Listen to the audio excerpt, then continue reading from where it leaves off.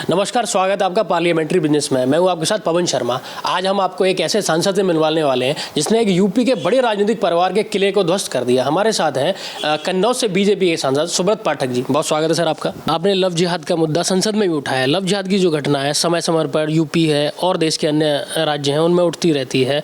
ये घटनाएं सर किस तरीके से रुकेंगी?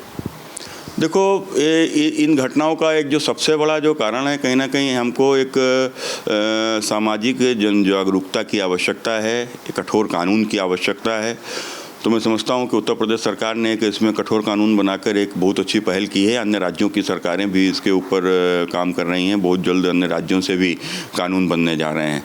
लेकिन कुल मिलाकर इसके बावजूद भी हमको जन जागरूकता की एक बड़ी आवश्यकता है, क्योंकि जिस प्रकार से कुछ कट्टरपंथियों की एक सोची समझी रणनीति के तहत कि इस देश की धार्मिक जनसंख्या को प्रभावित किया जा सके, कि हिंदुस्तान की धार्मिक जनसंख्या अगर प्रभावित होगी तो निश्चित रूप से हिंदुस्तान को एक और टूट के और हिंदुस्तान को ले जाया जा सकता है। तो कुल मिलाकर इस सोच के साथ में कुछ कट्टरपंथी इस देश में सदियों से, जब कट्टरपंथी लोगों के हाथ में सत्ता थी तो बलात् महिलाओं को उठा के उनका धर्म परिवर्तन निकाह कराया जाता था। पाकिस्तान में तो आज भी ये सब देखने को मिल रहा है कि जिस प्रकार से वहाँ हिंदू महिला 14-15 साल की बच्चियों को भी घरों से उठाकर ज़बरदस्ती उनके साथ में निकाह करके उनका धर्म परिवर्तन कराया जाता है। तो इस कारण से आज धीरे धीरे वहाँ हिंदू आबादी ही समाप्त हो गई। तो वो कुल मिलाकर अब चूँकि हिंदुस्तान में तो इस प्रकार की सत्ता नहीं है, तो जब तक इनके हाथ में सत्ता थी तो बलात्, और जब सत्ता नहीं है तो ये फिर छल से इस प्रकार का कुचक्र कर रहे हैं। और निश्चित रूप से लोग अपना नाम बदल कर जाते हैं, कलाबा पहन कर जाते हैं, नाम अपना हिंदुओं से मिलता जुलता रख लेते हैं। और ये भोली भाली बच्चियाँ 15, 16, 17 साल की बच्चियों में आखिर कितना वो समझ होती है। तो कुल मिलाकर वो उस जाल में फंस जाती हैं। उस टाइम पर एक ऐसा एटमॉस्फेयर भी होता है बच्चों का कि जो कहीं ना कहीं उस लगाव में खिंचते चले जाते हैं और फिर एक दिन इस प्रकार की गलती कर बैठते हैं कि फिर वो दूसरे धर्म में जाते हैं। लेकिन जब वो वहाँ पहुँच जाते हैं तब उनको समझ में आता है कि किस प्रकार से हमारी गलती हुई। पर एक हिंदू संस्कृति हो या मुस्लिम संस्कृति हो, दोनों में ज़मीन आसमान का अंतर है। तो कोई उनके तौर तरीके, आचार व्यवहार, उनके पूजा पाठ, सब में बहुत बड़ा अंतर है। और हम लोग तो हिंदुओं में तो हम लोग देखते हैं कि यहाँ तो एक जाति से दूसरी जाति में ही लड़की को देना अपराध माना जाता है। तो वहाँ के ऊपर दूसरे धर्म में कैसे चली जाएगी? और फिर जब वो चली जाती है तो वहाँ के ऊपर जिस प्रकार से वो जो चीज़ों को उसने कभी नहीं देखा उन चीज़ों को वो देखती है, फिर धीरे धीरे उसकी विरक्ति होती है। फिर वो एक ऐसी स्थिति उत्पन्न हो जाती है कि वो जो अपनी माँ को छोड़ के गई है, जिस माँ ने उसको 9 महीना पेट में रखा था, उसका कितना उसको दुख हुआ होगा, उसके परिवार के ऊपर कितना कष्ट हुआ होगा। जिस परिवार की लड़की दूसरे धर्म के लड़के के साथ चली जाती है तो लिहाजा उससे संबंध ही खत्म हो जाते हैं। तो ऐसी स्थिति में वो लड़की किसी न घर की रही न घाट की, एक इस प्रकार की स्थिति आती है, उसका जीवन तबाह हो जाता है। कई बार तो कई सेक्स स्लेव्स बना दी जाती हैं, कईयों को तो बाहर बेच दिया जाता है। तो इस प्रकार की स्थितियाँ, जो परिवार से कोई लगाव नहीं है तो परिवार कोई उनको ध्यान ही नहीं देता है, और फिर आखिरी में कोई आत्महत्या कर लेती है, कोई मार दी जाती है। तो ये इस प्रकार की स्थितियाँ होती हैं। तो इसलिए लव जिहाद के ऊपर कानून के साथ साथ जन जागरूकता भी मैं समझता हूँ कि बहुत महत्वपूर्ण है और आज लोगों के अंदर आ रही है।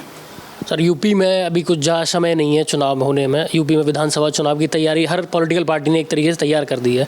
विपक्षी पार्टियों ने एक बड़ा ये मुद्दा उठाया कि यूपी में ब्राह्मणों की हत्या हो रही है लगातार, चाहे अखिलेश यादव हो, चाहे मायावती हो, या आम आदमी पार्टी हो या कांग्रेस हो, लगातार ये कह रहे हैं कि यूपी में ब्राह्मणों की हत्या हो रही है। आप किस तरीके से देखते हैं, क्या वाकई यूपी में ब्राह्मणों की हत्या हो रही है? देखो, एक सोची समझी साजिश के तहत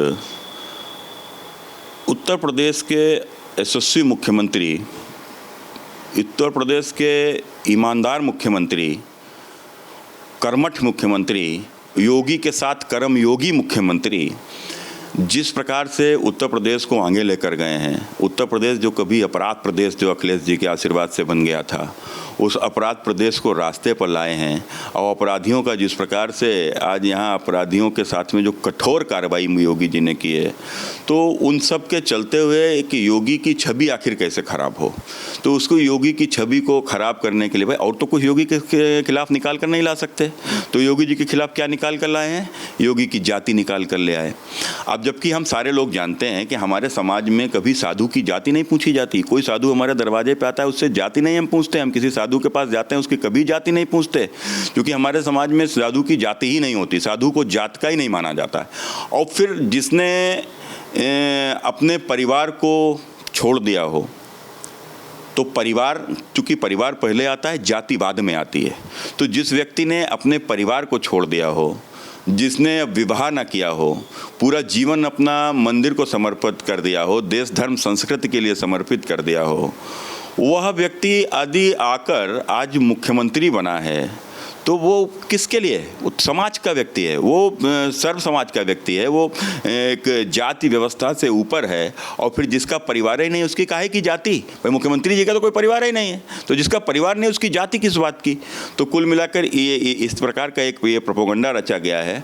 और रही बात जहाँ तक उत्तर प्रदेश में हत्या होती हैं, तो हत्या के क्रम में भाई अगर 100 हत्या होती हैं, 100 हत्या में जितना आबादी जिसकी है, तो उसकी आबादी के हिसाब से उसकी हत्या होती है।